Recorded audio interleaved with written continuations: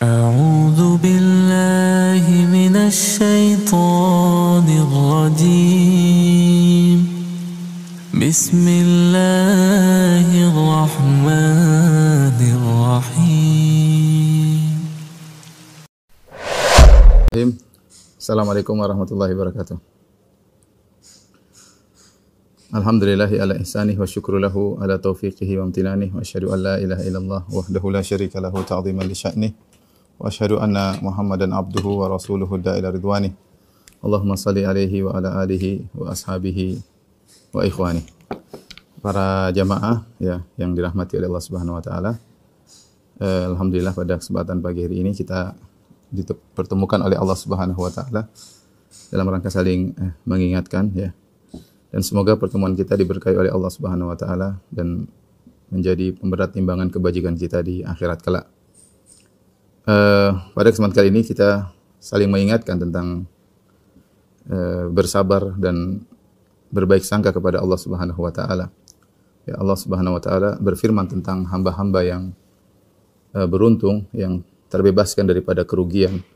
Dalam surat Al-Asr kata Allah Subhanahu wa taala, "Wal 'asr innal insana lafi khusr." Demi masa sungguhnya manusia seluruhnya dalam kerugian ya. Allah tidak mengatakan innal insana khasir, manusia rugi, tapi kata Allah innal insana lafi khusr, sungguhnya manusia seluruhnya dalam kerugian, yaitu seakan-akan tenggelam dalam kerugian, seakan-akan kerugian mengepungnya dari berbagai sisi ya. Ya. Ilal ladzina amanu, siapa yang keluar dari kerugian tersebut? Ilal ladzina amanu, kecuali orang yang beriman, wa amilus salihat, dan beramal saleh, wa tawassaw bil haqq, yang saling berwasiat dalam kebaikan, wa tawassaw bis sabr, dan saling berwasiat dalam kesabaran. Karena dalam rangka mengamalkan ayat ini agar kita terselamatkan dari kerugian dan termasuk orang yang beruntung adalah saling wa tawassaw bis sabr, saling mewasiatkan dalam kesabaran ya. Tentunya qadarullah ya, Allah mentakdirkan rencana kita untuk bisa berkunjung ke Baitullah, ke Ka'bah untuk melaksanakan ibadah yang sangat agung, umrah. Kalau tidak salah di bulan Maret ya, qadarullah tidak jadi ya karena kondisi yang ada ya. Tapi saya berharap semoga Allah Subhanahu wa taala tetap mencatat pahala umrah bagi kita. Kenapa bisa demikian? Karena kita sudah berusaha dan bapak-bapak dan ibu sekalian sudah mendaftar, sudah mengeluarkan uang, sudah mengeluarkan biaya, dan kita pun sudah kumpul untuk melaksanakan acara manasik, tinggal berangkat ya. Tetapi ya, sebagaimana dikatakan, anta turid wa ana urid wallahu yaf'alu ma yurid. Engkau berkehendak, aku berkehendak, tapi Allah melakukan apa yang Dia kehendaki ya. Kita boleh berencana, tetapi yang memutuskan adalah Allah Subhanahu wa taala. Sebagai seorang mukmin, ketika kita ditimpa dengan musibah atau ditimpa dengan hal yang tidak kita sukai atau di luar perencanaan kita, maka hendaknya kita bersabar. Tidak ada kata lain kecuali bersabar. Sabrun jamil, kata Nabi Yakub alaihissalam. Sabrun jamil, sabar yang indah ya, itu sabar yang tidak disertai dengan keluh kesah kepada manusia ya. Bapak dan Ibu yang dirahmati Allah Subhanahu wa taala, para jamaah yang dirahmati Allah Subhanahu wa taala. Oleh karenanya pada kesempatan kali ini kita ingin membahas tentang kesabaran, dan terkhususkan saya akan bawakan firman Allah yang berbunyi wa asa an takrahu syai'an wa huwa khairul lakum wa asa an tuhibbu syai'an wa huwa syarrul lakum wallahu ya'lamu wa antum la ta'lamun. Kata Allah Subhanahu wa taala, bisa jadi kau benci sesuatu tetapi ternyata baik bagimu, dan bisa jadi kau suka dengan sesuatu ternyata buruk bagimu. Wallahu ya'lamu wa antum la ta'lamun. Allah yang lebih tahu dan kalian tidak mengetahui. Ini ayat yang agung yang Allah sebutkan dalam Al-Qur'an. Wa asa an takrahu syai'an wa huwa khairul lakum. Bisa jadi kau benci sesuatu ternyata baik bagimu. Ini harus benar-benar kita renungkan dalam hati kita, kita tanam dalam hati kita. Ya, yang penting kita sudah ikut prosedur. Kalau kita sudah ikut prosedur, tinggal kita berbaik sangka kepada Allah Subhanahu wa taala. Lain halnya kalau kita keluar jalur ya, kalau kita tidak ikut prosedur ya, kita bermaksiat kepada Allah Subhanahu wa taala, kita membangkang perintah Allah Subhanahu wa taala, maka kalau ada sesuatu yang menimpa kita, terkadang kita sulit untuk berhusnudzon. Tetapi kalau kita sudah ikut prosedur, buktinya kita sudah berusaha, sudah mengumpulkan biaya, sudah kita serahkan ke pihak travel, kita sudah manasik, tinggal berangkat, tahu-tahu Allah mentakdirkan yang lain, maka kita yakin bahwasanya di balik ini semua ada kebaikan. Yang penting kita bersabar, ya. Dan Allah Subhanahu wa taala dalam Al-Qur'an menyebutkan beberapa contoh tentang praktek ayat ini. Ayat ini pada asalnya berkaitan dengan syariat jihad. Kata Allah Subhanahu wa taala, "Kutiba alaikumul qitalu wa huwa kurhul lakum." Diwajibkan atas kalian berperang untuk berjihad, ya, dan itu dibenci oleh kalian, ya. Tidak ada seorang yang suka membunuh atau dibunuh, ya. Ya, namanya manusia tidak suka membunuh apalagi dibunuh. Ya, maka ada ketidaksukaan dalam jiwa sahabat ketika disyariatkan jihad. Tapi ini harus mereka lakukan karena mereka diserang oleh orang-orang musyrikin Quraisy, mereka diserang oleh orang-orang kafir, mereka diserang oleh orang-orang Yahudi dan yang lainnya, maka harus ada syariat jihad. Kata Allah, kutiba alaikumul qitalu wa huwa kurhul lakum. Diwajibkan atas kalian berjihad padahal itu dibenci oleh kalian. Wa asa an takrahu syai'an wa huwa khairul lakum. Bisa jadi kalian benci sesuatu ternyata lebih baik bagi kalian, dan bisa jadi kalian suka sesuatu ternyata buruk bagi kalian. Allah tutup ayatnya dengan firman-Nya, wallahu ya'lamu, Allah tahu, wa antum la ta'lamun, kalian tidak tahu. Ya, yang tahu tentang segala sesuatu hanya Allah, yang tahu tentang masa depan hanyalah Allah. Yang tahu mana yang terbaik untuk hambanya adalah Allah Subhanahu wa taala. Dengan meyakini ayat ini maka kita mudah berprasangka baik kepada Allah. Beberapa contoh berkaitan ayat ini dalam Al-Qur'an Allah contohkan, ya. Seperti misalnya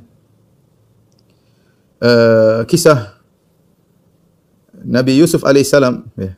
Contoh kisah Nabi Yusuf alaihissalam. Allah Subhanahu wa taala menguji Nabi Yusuf dengan berbagai macam cobaan yang kelihatannya adalah perkara yang tidak menyenangkan, dan itu ujian bukan cuma untuk Yusuf tapi juga untuk bapaknya Nabi Yakub alaihissalam. Ketika kakak-kakaknya kemudian hasad kepada Nabi Yusuf, kemudian mereka melakukan perencanaan buruk, ya. Kemudian mereka akhirnya membawa Yusuf dengan memohon kepada bapak mereka Yakub bahwasanya mereka mau ngajak Yusuf main-main di rumah, bosan terus. Di rumah terus bosan, lebih baik kita ajak main-main. Sampai mereka bawa ke tanah lapang, ternyata mereka masukkan Yusuf dalam sumur. Kemudian mereka pulang ke rumah bapaknya dengan bersandiwara seakan-akan Yusuf dimakan oleh serigala. Dan Nabi Yakub ketika dikabarkan oleh anak-anaknya, kakak-kakaknya Yusuf, bahwa Yusuf dimakan oleh serigala, Nabi Yakub tidak membenarkan itu semua. Dia tahu ini hanyalah kedustaan, ya. Qala bal sawwalat lakum anfusukum amra. Tetapi jiwa kalian, hawa nafsu kalian telah menguasai kalian. Fa sabrun jamil. Saya hanya bisa mengatakan sabrun jamil. Bersabar dengan sabar yang indah, ya. Kenapa? Karena ketika dia melihat baju Yusuf yang berlumuran dengan darah, ya. Tetapi baju Yusuf tersebut alaihissalam tidak ada robek-robeknya, ya. Dan serigala biasanya kalau mau makan mangsa tentu ada yang robek di bajunya. Tapi Nabi Yusuf bajunya cuma ada darahnya tanpa ada robeknya. Sehingga ini indikasi kuat bahwasanya kakak-kakaknya berbohong. Dan ini ujian bagi Nabi Yakub, diuji pada orang yang sangat dia cintai, yaitu Nabi Yusuf alaihissalam. Dia sangat cinta kepada Nabi Yusuf alaihissalam. Dan ujian juga berat bagi Nabi Yusuf. Akhirnya Nabi Yusuf dilemparkan dalam sumur, ya. Kemudian Nabi Yusuf dijual menjadi budak. Kakak-kakaknya nunggu ada yang lewat. Ja'at sayyaratun, tiba-tiba ada rombongan musafir yang datang. Kemudian mereka jual adik mereka menjadi budak. Dibelilah dan mereka kakaknya dapat duit. Setelah itu budak ini Yusuf dijual lagi ke pembesar di Mesir. Hingga Yusuf pun menjadi pekerja di rumah seorang yang kaya raya, disebutkan adalah seorang menteri di kerajaan Mesir. Kemudian Al-Kisah akhirnya Nabi Yusuf tumbuh menjadi seorang remaja. Ini masih kecil, dipisah dari bapaknya, dan ini kesedihan luar biasa. Dan Nabi Yakub setiap hari menangis, disebutkan oleh para ulama. Akhirnya Nabi Yusuf alaihissalam kemudian tumbuh menjadi remaja yang besar, yang tampan. Akhirnya istri dari menteri ini tertarik, dan yang disebut konon namanya Zulaikha. Kemudian dia merayu Nabi Yusuf, dijebak dalam sebuah kamar tertutup, dan dia merias dirinya. Nabi Yusuf juga sudah tergerak syahwatnya, tapi dia pun kabur karena takut dengan maksiat, ya. Ketika dia kabur, akhirnya ditariklah bajunya dari belakang sampai akhirnya ketahuan oleh suaminya. Intinya akhirnya Nabi Yusuf dipenjara, ya, karena suaminya khawatir, ya, terjadi apa-apa, maka Yusuf pun dipenjara, ya. Dan ini ujian lagi, perkara yang tidak disenangi, ya. Nabi Yusuf dipenjara. Sampai akhirnya sebagaimana kita tahu, akhirnya ada raja mimpi, dan akhirnya tidak ada yang bisa menafsirkan mimpi raja kecuali Yusuf alaihissalam. Akhirnya Yusuf alaihissalam diangkat menjadi seorang bendaharawan raja, menjadi menteri keuangan, dan dia pun mengurus keuangan. Kemudian dia menjadi orang yang hebat. Akhirnya dia panggil bapaknya dan kakak-kakaknya untuk tinggal bersama Nabi Yusuf di kota Mesir, di mana dia menjadi seorang yang mulia, dihormati oleh rakyat tatkala itu karena dia adalah seorang menteri dan seorang yang saleh ya. Lihatlah bagaimana firman Allah, wa asa an takrahu syai'an wa huwa khairul lakum. Bisa jadi kalian benci kepada sesuatu ternyata baik bagi kalian. Terkadang Allah memberikan nikmat kepada kita melalui perkara-perkara yang tidak kita sukai. Ternyata itu nikmat. Ternyata itu nikmat. Nikmat yang datang dalam bentuk perkara yang tidak kita sukai. Kenapa? Karena kita tidak tahu di balik ini ada apa. Yang tahu adalah Allah Subhanahu wa taala. Syaratnya apa?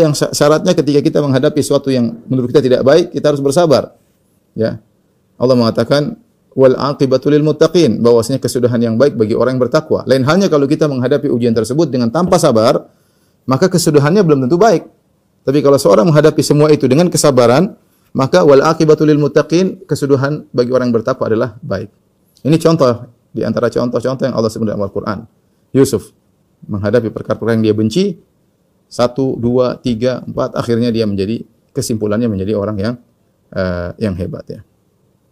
Contoh lagi ya, seperti yang dialami oleh Nabi Musa dan ibunya. Yang dialami oleh Nabi Musa dan ibunya, bagaimana ketika Fir'aun mencari anak-anak yang lahir untuk dia bunuh karena dukunnya mengatakan bahwasanya akan lahir seorang anak dari Bani Israel yang akan menggulingkan singgasananya di kemudian hari. Maka dia mendata wanita-wanita yang hamil, dia sensus wanita yang hamil, dan ketika hari kelahiran seluruh penjaganya menanti kapan bayi ini keluar. Kalau keluar langsung dibunuh. Ternyata Allah mentakdirkan ibunya Nabi Musa alaihissalam ketika mengandung perutnya tidak sebesar yang lainnya. Ya, ini tidak sebesar yang lainnya. Kemudian ketika lahir, ya, sehingga tidak lolos dari sensus, lolos dari pendataan. Ketika lahir Musa yang masih kecil alaihissalam, maka prajurit Fir'aun tidak tahu akan hal tersebut. Tetapi ini anak harus segera dikeluarkan dari rumah, karena kalau tidak dikeluarkan dari rumah, suara tangisannya akan terdengar dan ini bahaya bagi si anak, bahaya bagi ibunya. Ya.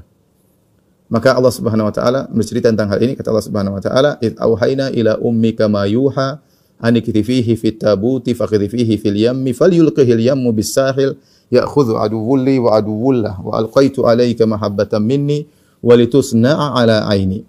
Maka Allah mengilhamkan kepada ibunya Nabi Musa, entah Allah ilhamkan atau melalui malaikat, agar ibunya Nabi Musa ya an ardhi'i, hendaknya menyusui Musa.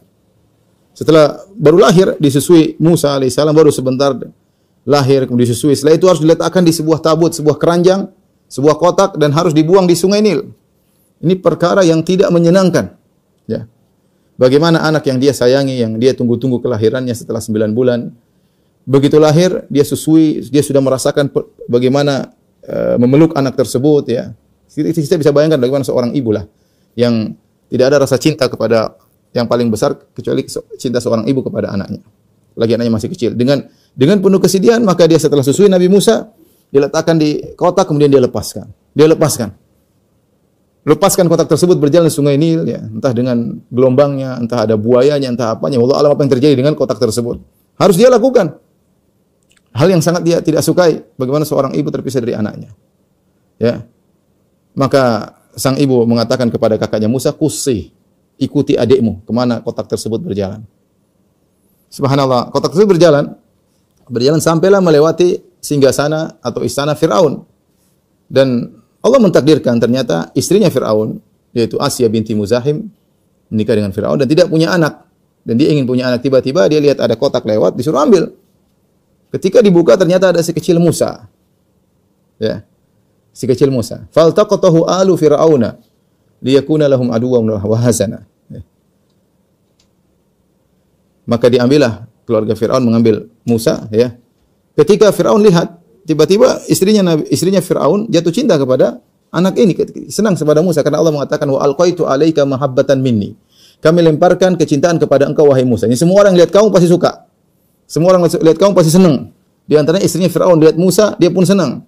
Fir'aun ketika tahu itu bayi Bani Israel, maka dia ingin bunuh. Dia ingin bunuh Musa. Kata istrinya, la taqtuluhu, jangan kau bunuh. Asa an yanfa'ana aw natakhidahu walada. Jangan kau bunuh anak ini, bisa jadi bermanfaat bagi kita di kemudian hari, atau kita jadikan anak angkat. Kata istrinya Nabi Musa, istrinya Fir'aun. Akhirnya Fir'aun senang juga dengan Musa ini kecil, yang Allah bikin demikian. Akhirnya diambillah si kecil Musa, maka ternyata si kecil Musa menangis minta susu. Ya, maka dipanggillah ibu-ibu yang sedang mengandung untuk menyusui Musa. Setiap diletakkan untuk disusui, tidak ada, Musa tidak mau, semua dengan air susu semua itu tidak ada. Tidak ada yang enak ya. Kata Allah, haramna alaihil maradi'a min qabl. Kami haramkan bagi dia seluruh susu wanita. Semua menyusui, dia enggak suka. Sampai akhirnya kakaknya Musa datang pura-pura tanya. Dia mengatakan, hal adullukum ala ahli baitin yakfulunahu wa hum lahu nasihun. Wahai anggota kerajaan atau wahai keluarga Fir'aun, maukah aku tunjukkan kepada kalian suatu keluarga yang bisa mengayomi si kecil ini dan dia benar-benar akan berbuat yang terbaik bagi anak ini. Kata mereka, siapa yang bisa menyusui si anak ini? Akhirnya ibunya Musa datang. Subhanallah. Ibunya Musa datang dan Musa sudah hafal air susunya karena sebelum ditaruh di keranjang, sebelum ditaruh di kotak sudah disusu sama ibunya. Setelah itu ibunya menyusui, langsung nempel Musa. Langsung nempel Musa. Kata Allah dalam Al-Quran, faraja'naka ila ummika kay taqarra 'ainuha wa la tahzan. Kami kembalikan engkau kepada ibumu agar dia tidak bersedih. Perhatikan sini, ibunya ditimpa dengan hal yang dia tidak suka, ya. Harus terpisah dari anaknya. Dia lepaskan dalam keranjang, dilepaskan dengan penuh ketakutan, dilepaskan di Sungai Nil, diambil oleh, bayangkan bagaimana ibunya tidak takut, ya.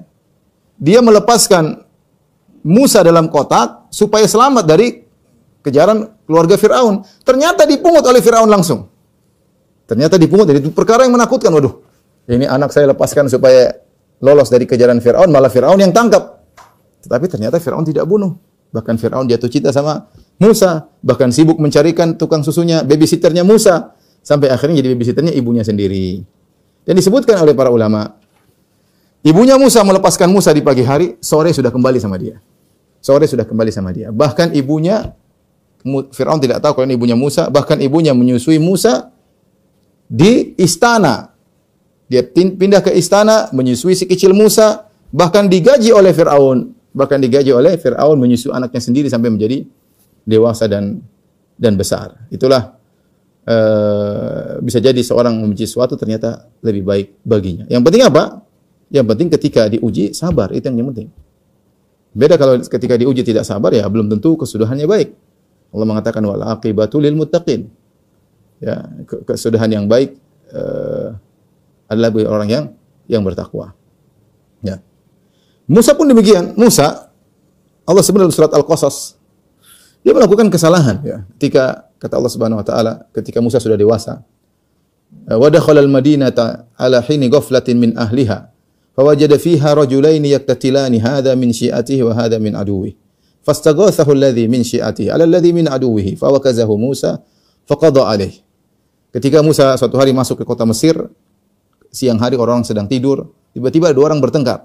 Satu dari Bani Israel, satu dari Kipti, dari suku Fir'aun. Mereka bertengkar. Akhirnya dari suku Bani Israel minta tolong, "Wahai Musa, tolong saya, kita kan sama-sama satu suku."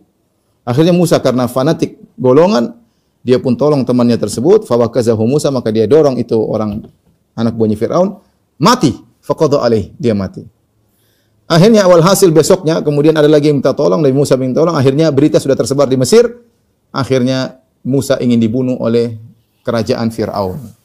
Ketika Musa mau dibunuh, datanglah seorang kasih nasihat, dia berkata, "Innal mala'a ya'tamiruna bika liyaqtuluka fakhruj, inni laka minan nasihin." Wahai Musa, sungguhnya orang-orang sudah rapat kumpul untuk bunuh kamu. Hendaknya kau pergi dari kota Mesir ini. Aku benar-benar menasihati kamu. Kata Allah, "Fakharaja minha khaifan yataraqqab." Musa pun pergi dengan penuh ketakutan. Dan ini perkara yang dibenci oleh seorang, dikejar-kejar untuk dibunuh. Ujian bagi Nabi Musa, ya. Fakharaja minha khaifan yataraqqab. Maka Musa pun pergi dengan penuh ketakutan, meninggalkan kota Mesir tanpa persiapan, tanpa tunggangan, tanpa bawa makanan, tanpa bawa minuman, kabur begitu saja karena kalau terlambat dia akan ditangkap dan dibunuh. Dia kabur, kemudian dia berjalan melewati padang pasir berhari-hari, entah berminggu-minggu. Tidak ada makan yang makan kecuali daun-daunan di tengah jalan, sampai disebutkan tubuh beliau berwarna hijau karena terlalu banyak daun dia makan. Akhirnya sampailah di kota Madian. Ketika sampai di kota Madian, ya, dia datang ke sebuah sumur, ya. Kemudian dia mendapati ummatan minan nas yaskun, dia mendapati banyak orang sedang kumpul di sumur untuk ngambil air. Ya. Jadi Musa sabar menghadapi itu semua. Ya. Kemudian Musa berkata, "Fawajada min dunihim imra'ataini tazudan." Ternyata di antara orang-orang tersebut ada dua wanita yang tidak bisa ngambil air dan kalau kambingnya mau ke tempat sumur ditahan-tahan sama mereka. Musa kasihan. Musa mengatakan, "Ma khatbukuma? Kenapa kalian di sini?" Qalata la nasqi hatta yusdira ar-ri'a wa abuna syekhun kabir. Kata dua wanita tersebut, kami tidak bisa ngambil air karena banyak laki-laki di situ. Itu laki-laki pergi dulu baru kami ambil. Kenapa enggak ada laki-laki di rumah? Kata mereka, abuna syekhun kabir, ada cuma satu orang bapak kami dan dia sudah sangat tua. Kata Allah, fasaqalahuma. Akhirnya Musa ngambilin air. Musa kasih kepada mereka berdua tanpa pamrih. Ya. Kemudian Musa dalam kondisi lapar, dia berbaring di bawah pohon, thumma tawalla ila dhil, kemudian dia pergi ke bawah pohon, kemudian dia berdoa, Rabbi inni lima anzalta ilayya min khairin faqir. Ya Rabbku, aku sangat butuh dengan pertolonganmu. Ya. Aku miskin, fakir dengan pertolonganmu. Ternyata apa yang terjadi? Ya, ini semua ternyata rangkaian keburukan yang Musa tidak sukai ini. Ternyata awal dari kebaikan. Ternyata wanita tersebut kemudian datang panggil Musa, wahai Musa, bapak kami ngundang kamu untuk memberi balasan budi kamu yang menolong kami mengambil air. Tidak diduga, Musa ketika menolong dua wanita tersebut tidak ada niat apa-apa. Tapi ternyata bapaknya terus manggil, kemudian dikasih makan, ditenangkan hatinya oleh bapak dua wanita tersebut. Akhirnya dinikahkan. Dinikahkan dengan salah seorang putrinya. Musa kemudian bekerja sebagai maharnya 8 tahun, 10 tahun mengembalakan kambing, mengurus kebun.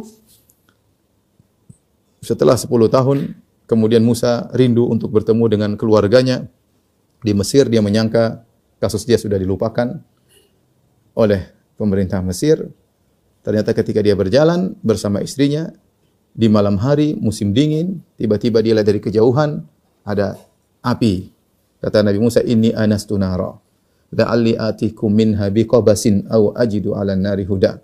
Wahai istriku, sebentar aku pergi ke sana, saya mau ambil api, nanti saya bawa ke sini la'allakum tastalun, supaya kau nanti bisa hangat. Ini Musa perhatian sama istrinya. Istrinya kedinginan, ya. Kau tunggu sini sebentar istriku, ya. Saya mau ambil api nanti untuk bakar-bakar supaya kau hangat.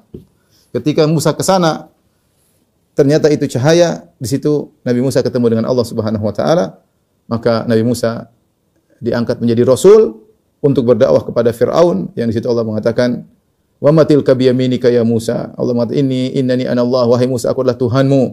Wahai Musa, fakhla'na 'alaik, bukalah sandalmu, innaka bil wadil muqaddasi tuwa, sesungguhnya kau berada di sebuah lembah yang suci. Kemudian Allah suruh melemparkan tongkatnya, kemudian jadi ular. Kemudian Allah suruh masukkan tangannya, dikeluarkan jadi cahaya.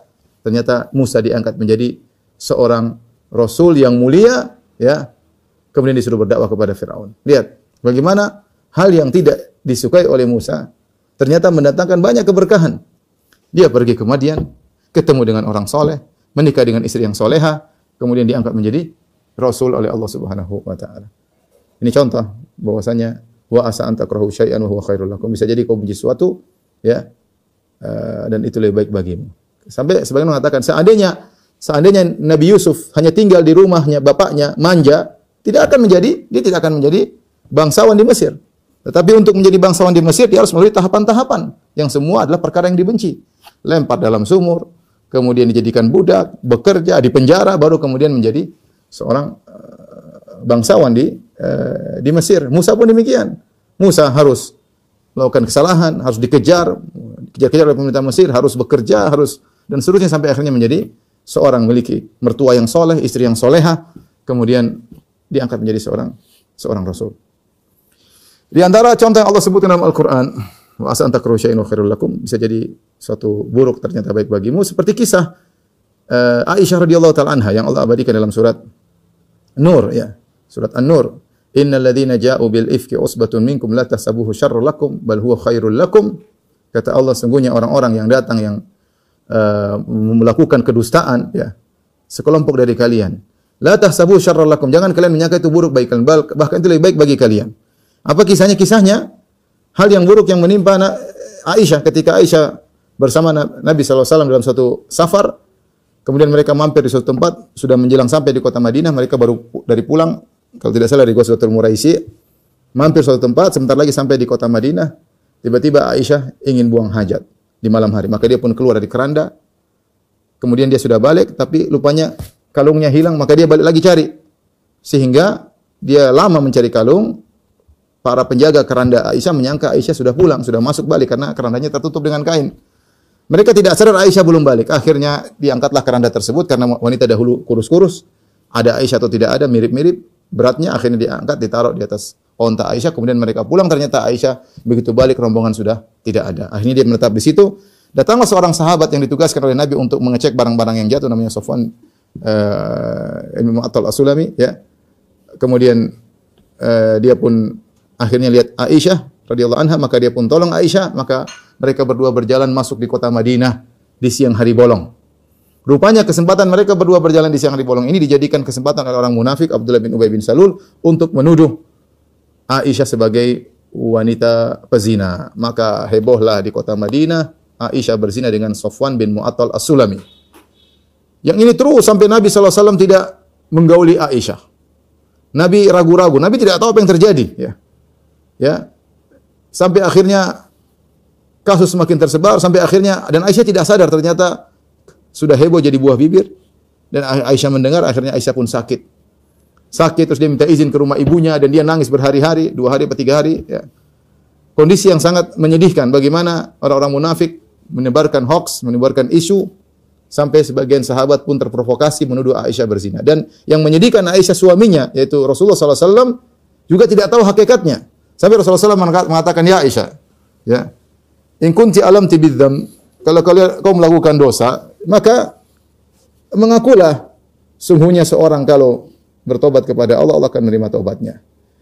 Tapi kalau kau tidak melakukan dosa, maka Allah akan membela engkau. Maka Aisyah ketika mendengar perkataan Nabi, begitu Aisyah semakin sedih. Ya, seakan-akan Rasulullah SAW masih meletakkan, bisa jadi dia melakukan. Intinya setelah itu, setelah Aisyah radhiyallahu anha menangis, ya, dia minta pembelaan dari bapaknya, tidak ada pembelaan dari Abu Bakar. Minta pembelaan dari ibunya Ummu Ruman, tidak ada pembelaan. Akhirnya Allah turunkan sekitar 15 ayat kepada Nabi SAW yang diabadikan dalam surat An-Nur, bahwasanya Aisyah bebas tidak melakukan hal tersebut. Ini semua adalah kedustaan dilakukan orang munafik. Kata Allah Subhanahu wa taala di akhir-akhir, al-khabithatu lil-khabithin wal-khabithuna lil-khabithat wat-thayyibatu lit-thayyibin wat-thayyibuna lit-thayyibat ulaika mubarrauna mimma yaqulun. Kata Allah, wanita-wanita buruk pezina buat laki-laki pezina. Laki pezina buat wanita pezina. Wanita baik-baik, at-thayyibatu lit-thayyibin, untuk laki-laki yang baik-baik. Karena Muhammad sallallahu alaihi wasallam adalah laki-laki yang baik, tentu istrinya Aisyah adalah wanita yang baik. Allah bela Aisyah dengan 15 ayat yang akan dibaca sampai hari kiamat kelak. Subhanallah. Gara-gara tuduhan yang buruk kepada Aisyah, ya, yang perkara yang tidak disukai oleh Aisyah, perkara yang dibenci, ternyata di balik perkara yang dibenci tersebut ada keistimewaan bagi Aisyah radhiyallahu taala anha, sehingga derajatnya diangkat oleh Allah Subhanahu wa taala. Maka jadilah beliau dibela oleh Allah langsung dari atas langit yang 7, ya, di atas arsy Allah Subhanahu wa taala, bahwasanya Aisyah adalah wanita yang suci.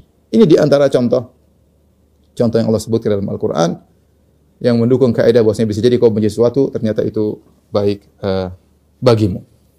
Contoh yang lain Allah sebutkan, yang mungkin contoh yang terakhir adalah tentang kisah dalam surat Al-Ahzab, ya, tentang pernikahan Zaid bin Harithah dengan Zainab bintu Jahshin. Ya. Kita tahu Zainab bintu Jahshin adalah sepupu Nabi SAW dan dia wanita Quraisyah, ya. Sepupu Nabi SAW, kakek mereka sama. Ya, Rasulullah kakeknya Abdul Muttalib, Zainab juga ibunya juga anak-anaknya putra Abdul Muttalib. Jadi kakeknya sama. Rasulullah SAW adalah sepupu Zainab bintu Jahshin dan dia adalah wanita Quraisyah. Tiba-tiba Rasulullah SAW suruh dia menikah dengan seorang budak yang namanya Zaid bin Harithah. Itu anak angkat Nabi, kemudian dibebaskan oleh Nabi SAW. Maka Nabi SAW pun datang kepada Zainab, wahai Zainab, aku melamar. Zainab bahagia, dia sangka dia akan dilamar oleh Nabi. Ternyata bukan. Nabi melamar dia untuk budaknya yang sudah dimerdekakan oleh Nabi, Zaid bin Harithah. Tadinya Zainab menolak. Saya tidak mau, bagaimana wanita Quraisy yang nasabnya tinggi menikah dengan seorang budak, ya. Zaid bin Harithah Al-Kalbi, bagaimana budak, saya beda. Memang sudah merdeka tapi asalnya budak. Pernah diperjualbelikan, ya. Maka turunlah firman Allah Subhanahu wa taala, "Wa ma kana lil mu'minin wa la mu'minatin idza qadallahu wa rasuluhu amran an yakuna lahumul khiyaratu min amrihim. Wa may ya'sillaha wa rasulahu faqad dhalla dhalalan mubina." Tidak pantas bagi seorang laki mukmin dan wanita mukminah jika telah datang keputusan Allah Rasulnya, mereka punya pilihan yang lain. Ketika turun ayat tersebut, akhirnya Zainab mau tidak mau menikah dengan Zaid bin Harithah, lelaki yang dia tidak sukai. Laki yang dia tidak sukai. Perjalanan pernikahan tersebut berjalan. Ternyata timbul cekcok. Tidak ada sinkron antara Zainab dengan Zaid bin Harithah. Akhirnya Zaid bin Harithah datang kepada Nabi SAW mengeluh, ya. Wahai Rasulullah, saya tidak bisa bertahan menikah dengan Zainab, ya. Karena begini, saya terganggu dengan lisannya dan yang lainnya. Akhirnya Rasulullah mengatakan, amsik zaujak, ya. Amsik alaika zaujak, tahanlah istrimu, jangan kau ceraikan, ya. Tapi akhirnya Zaid tidak kuat, akhirnya Zaid cerai Zainab, ya. Zaid menceraikan Zainab. Apa yang terjadi setelah diceraikan oleh Zaid bin Harithah?